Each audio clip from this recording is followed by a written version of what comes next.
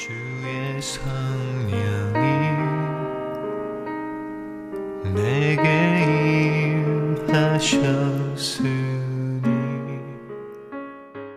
오늘 주시는 하나님 말씀은 요한계시록 3장 14절에서 20절 말씀이 되겠습니다. 우리 한 절씩 받도록 교독합니다. 요한계시록 3장 14절에서 20절. 라오디게아 교회의 사자에게 편지하라. 아멘이시요 충성되고 참된 증인이시요 하나님의 창조의 근본이신 이가 이르시되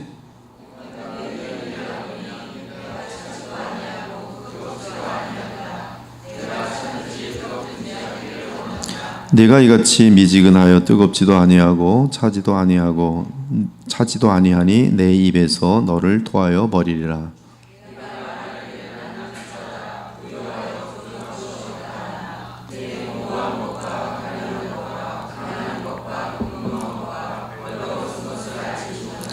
내가 너를 권하노니 내게서 불로 연단한 금을 사서 부요하게 하고 흰 옷을 사서 입어 벌거벗은 수치를 보이지 않게 하고 안약을 사서 눈에 발라보게 하라.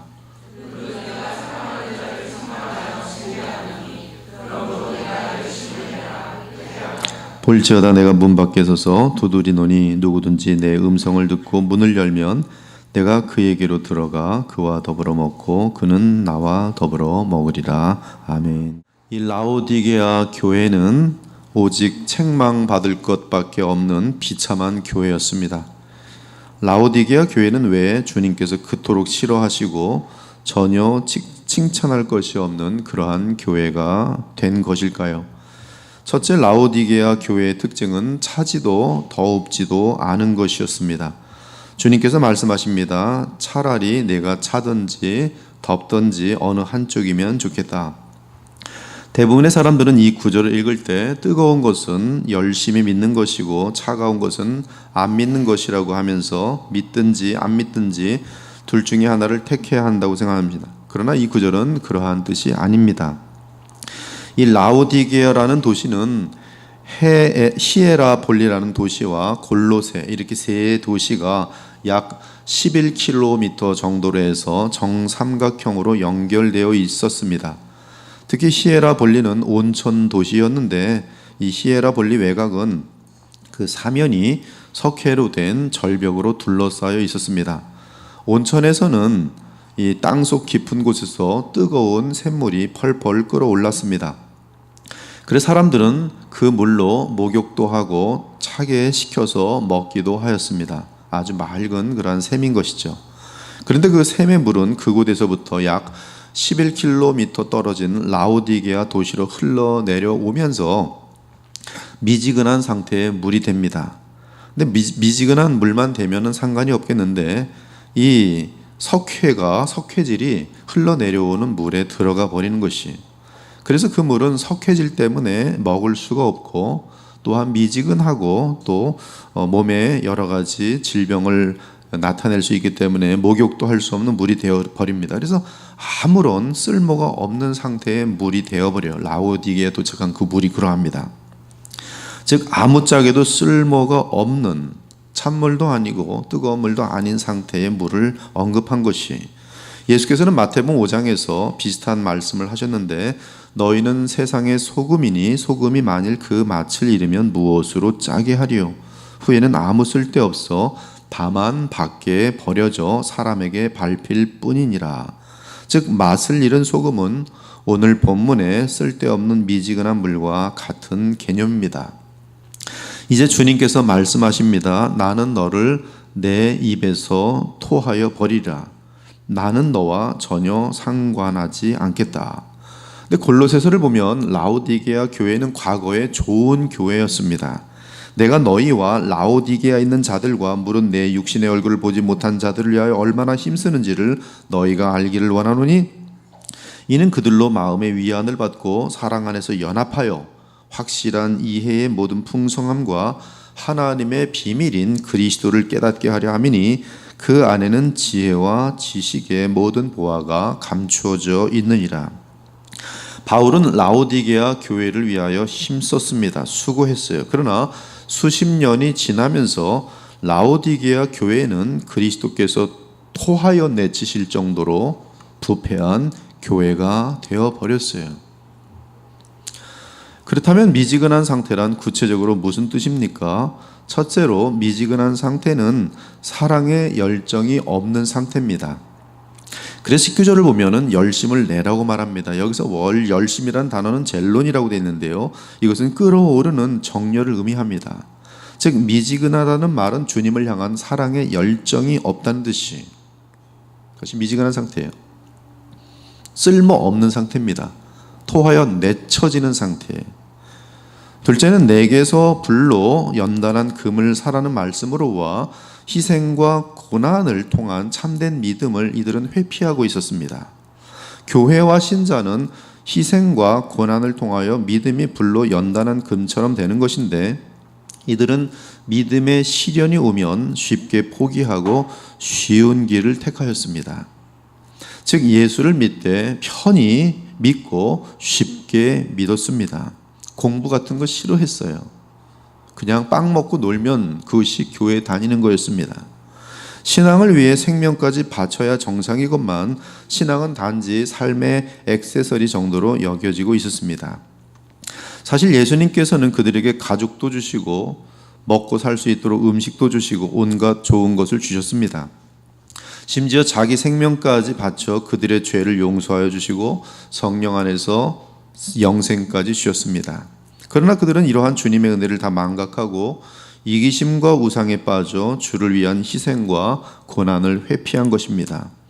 나아가 세상의 성공을 위해 신앙을 팔아먹고 죄에 빠진 것이, 그들은 교회를 다니지만 영적인 안일함과 게으름과 습관적인 죄악에서 빠져나오지 못하는 상태에 있었습니다.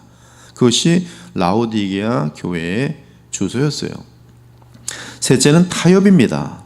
이 미지근한 상태는 타협이에요. 죄와 진리 사이에서의 타협입니다. 복음과 비복음 사이에서의 타협입니다.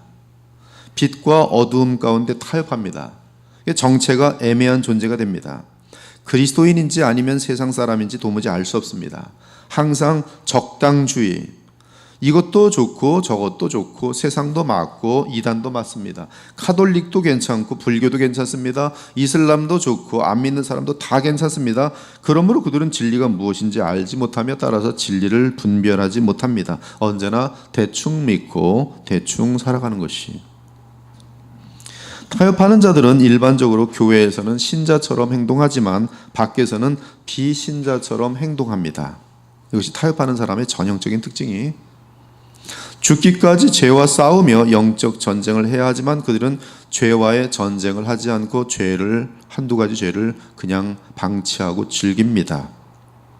사람들에게 복음을 전하기는커녕 오히려 복음을 부끄러워합니다. 심지어 자신이 그리스도인이라는 사실을 가능한 많이 감추고 세상과 교회 사이에서 양다리를 걸치고 있습니다. 그래서 박쥐와 같은 모습이 되는 것이에요. 주님 보시기에. 이러한 미지근한 상태를 사도 야고보는 두 마음을 품은 상태라고 전곡을 찔러 지적했어요. 두 마음을 품은 자들아, 이런 사람은 무엇이든지 주께 얻기를 생각하지 말라. 두 마음을 품어 모든 일에 정함이 없는 자로다. 이러한 두 마음을 품은 영적 상태가 미지근한 상태입니다. 주님을 향한 참되고 충성된 열정이 없는 상태예요. 넷째로, 미지근한 신앙은 아이러니하게도 자만과 착각의 상태에 있습니다.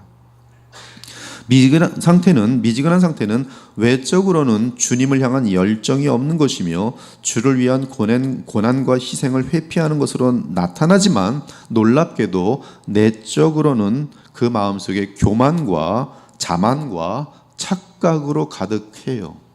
이것이 미지근한 상태입니다. 아무런 하나도 쓸모 없는데, 교회 공동체도 쓸모없고 가정에도 쓸모없고 사회에서 쓸모없는 존재가 되어버렸는데 스스로는 아주 교만하고 자만 가운데 있는 거예요. 나는 대단히 믿음이 좋은 사람이야. 17절을 보면 미지근한 자들은 나는 부자라 부요하여 부족한 것이 없다라고 착각합니다.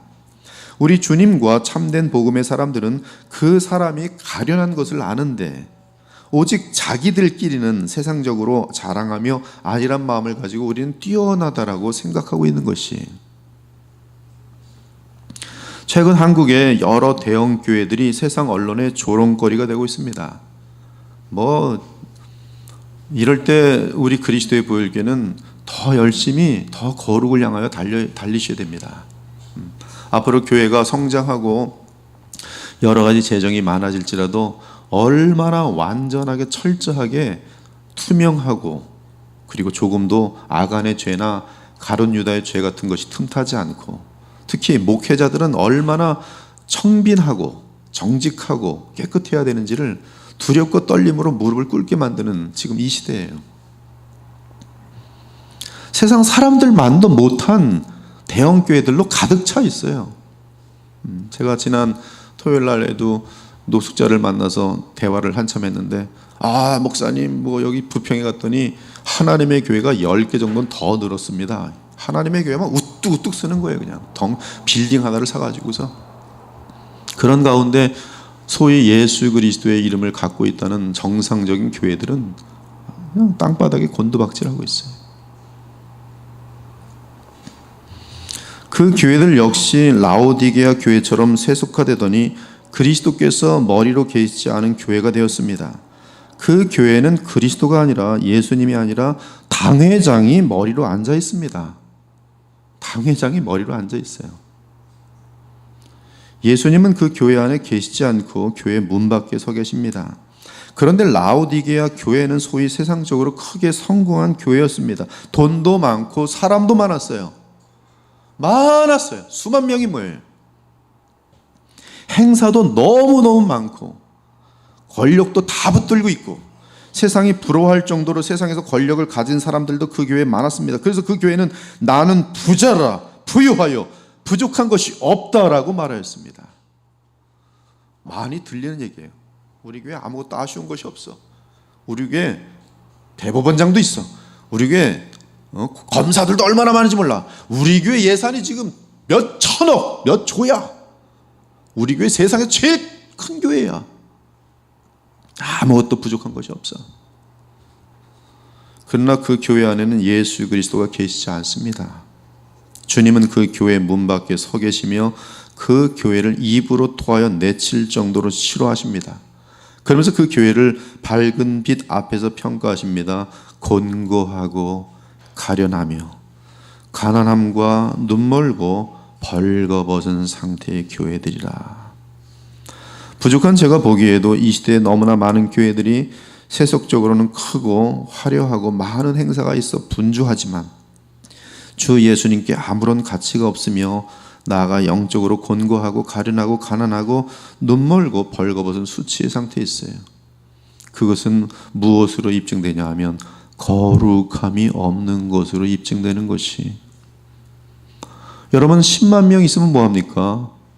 도둑들만 앉아있다면, 사기꾼들만 앉아있다면, 수군거리는 자들로만 가득 차다면 그것은 그냥 돗대기 시장이고 박쥐들이 수십만 있는 거와 다를 바가 없는 것이. 우리는 어떠합니까? 여러분 개인은 어떠합니까? 만왕의 왕이며 주이신 예수님께서 여러분의 마음과 삶을 주장하고 있습니까? 저는 요새 교회에 대한 진단이 빨간 등이 서서히 켜질라 그래요.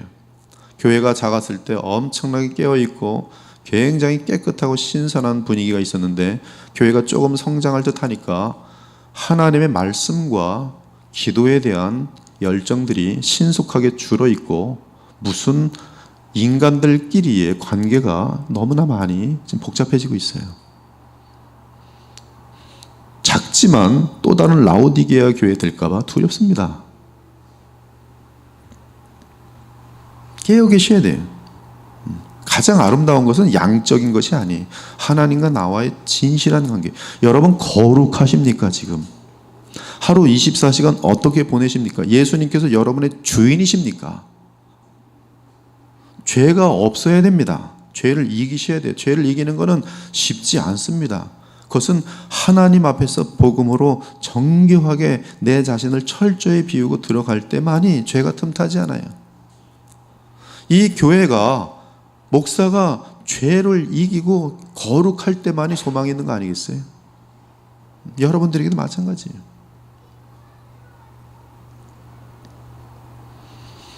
가끔 필요할 때만 주님을 찾고 평소에 내 멋대로 세상을 기웃거리며 세상을 부러워하며 살고 있는 것은 아닙니까?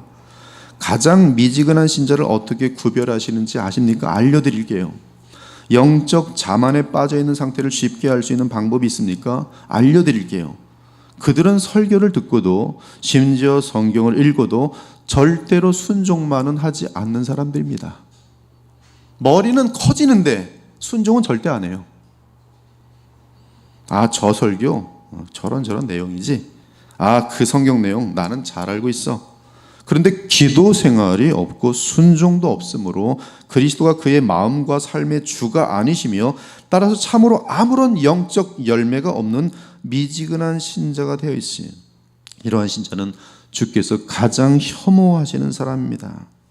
그러므로 수시로 내 마음 안에 예수님이 계신지 확인하기 바랍니다. 또한 예수님이 나의 왕과 주인으로 계신지 점검하기 바랍니다. 만일 주님의 말씀을 믿지도 아니하며 순종도 아니하는 상태라면 주 예수님은 내 안에, 우리 가정 안에, 우리 교회 안에 계시지 않은 것이. 자만에 빠진 교회는 교회의 사명이 무엇인지 망각합니다.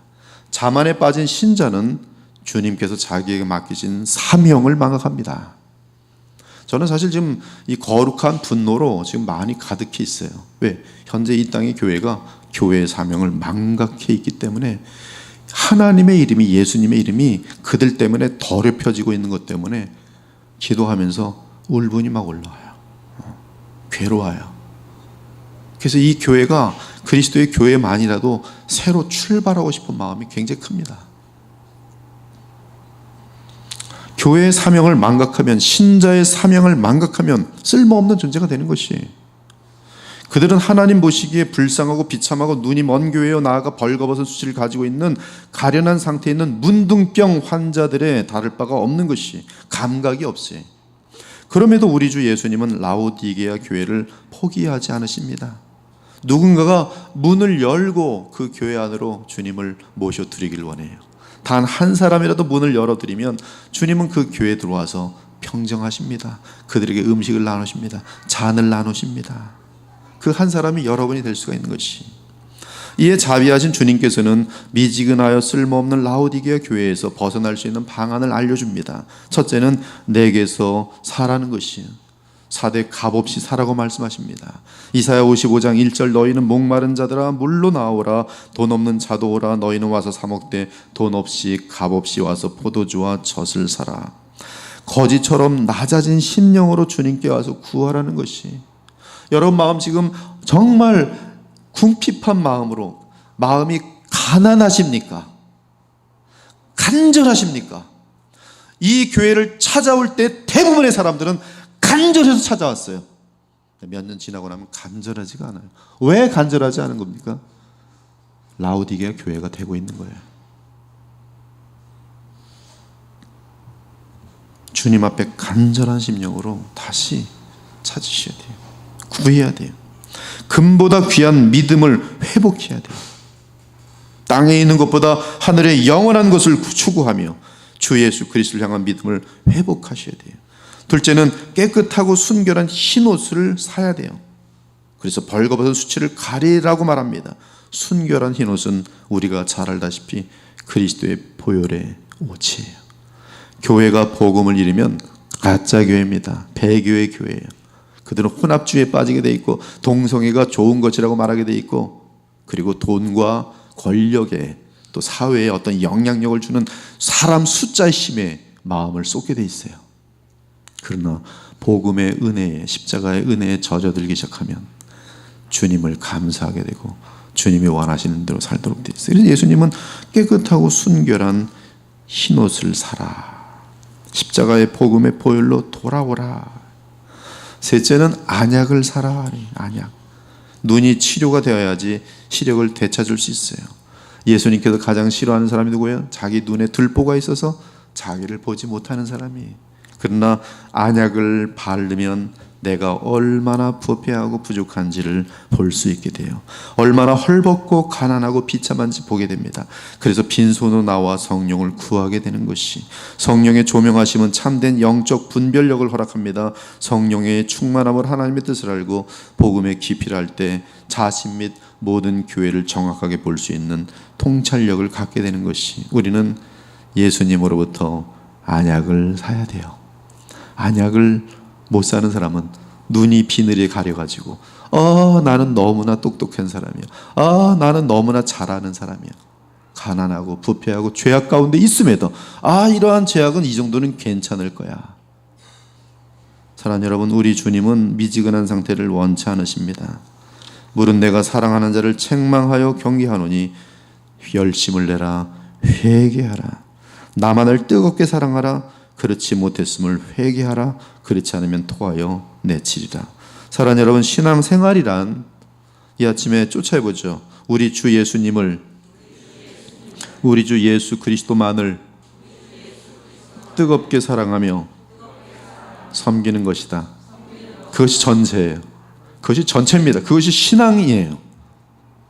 주님을 사랑하고 뜨겁게 섬기는 게, 그게 신앙이에요. 다른 것 끼어드는 것은 다 가짜예요. 다 우리의 눈을 가리는 것이고 교회를 망가뜨리는 것이고 나의 신앙을 무너뜨리는, 더럽히는 것들이에요. 오직 내 마음이 순결하게 주 예수님께로 모아줘서 그분만을 뜨겁게 사랑하고 그분만을 섬기는 거예요. 그분 때문에 일하는 것이고 그분 때문에 봉사하는 것이고 그분 때문에 사람을 만나는 것이고 모든 나의 인생의 목표와 시간과 재능과 모든 것을 주님께로부터 받아 주께의 주님의 영광만을 위하여 드리는 것, 그것이 나의 존재며 나의 구원받은 목적이고 교회가 이 땅에 지금도 존재하는 이유인 것이, 그 외에 다른 것은 다 썩는 것이.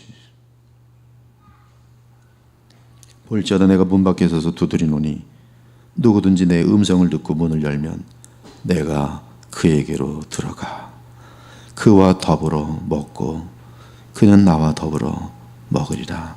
이 아침에 주님의 음성을 다시 듣고 정신을 똑바로 차리고, 여러분들도 지금 하나님의 은혜 가운데 이 교회 와서 그나마 깨어있는 것이지, 김기동 그 교회에 가 있었으면 지금 여러분 뭐가 됩니까? 이제로 거기 가 있으면 뭐예요? 40년 50년씩 다 다닌 사람들인데, 거기 뭐 부자들 엄청나게 많습니다. 가난한 사람들도 엄청나게 많고. 여러분 참 행운한 줄 알고 더 대신에 거룩을 향하여 또 하나님의 원하신 뜻만 찾아서 계속 주님을 닮아가시며 주님의 기쁨 되시고 만족 되시는 참 성도와 교회 되시기를 우리 주 예수 그리스도의 이름으로 축원합니다. 아멘. 주 하나님 감사합니다. 라오디게아 교회를 살펴봅니다. 이 교회의 모습이 이 땅에 많은 교회들에게 있음을 보게 됩니다. 주여 불쌍히 여겨 주시옵소서. 우리가 이 땅의 교회들을 위하여 기도하게 하여 주시옵소서. 우리 자신부터 라오디게아 교회의 모습으로 가득 찬 건 아닌지 주님 돌아보게 하시고, 우리 속에 있는 눈의 들보들을 제거하게 하시고, 안약을 사서 우리 자신을 보며 언제나 가난한 심령으로 주 앞에 나와 주님만을 뜨겁게 사랑하고 그 사랑 때문에 주님을 섬길 수 있는 마리아와 같은 아름다운 신앙 갖게 하여 주시옵소서. 주 하나님, 이 시대에 그리스도의 보혈교회를 세우셨으니 주님이 이 교회를 통해서 주의 영광을 나타내시고 하나님의 아름다운 교회가 어떠한 교회인지 이 교회를 통하여 역사하여 주시고, 많은 거짓된 교회들을 무너뜨리고 많은 거짓된 이단들을 무너뜨리는데 하나님께 위대하게 쓰임받을 수 있는 교회가 되게 하여 주옵소서. 그러기 위하여는 이 교회를 구성하고 있는 지체들이 더욱 거룩하고 더욱 말씀으로 깊어지고 더욱더 그리스도 안에서 하나가 되어야 될즉 주께서 성령으로 하나 되게 하시며 그 눈에 안약을 발라주시고 날마다 주님을 향한 한없는 사랑 가운데 머물 수 있도록 하셔서 한 번도 빠짐없이 주의 영광스러운 역사에 쓰임받게 하여 주시옵소서. 살아계신 우리 주 예수 그리스도의 이름으로 기도 올리옵나이다. 아멘.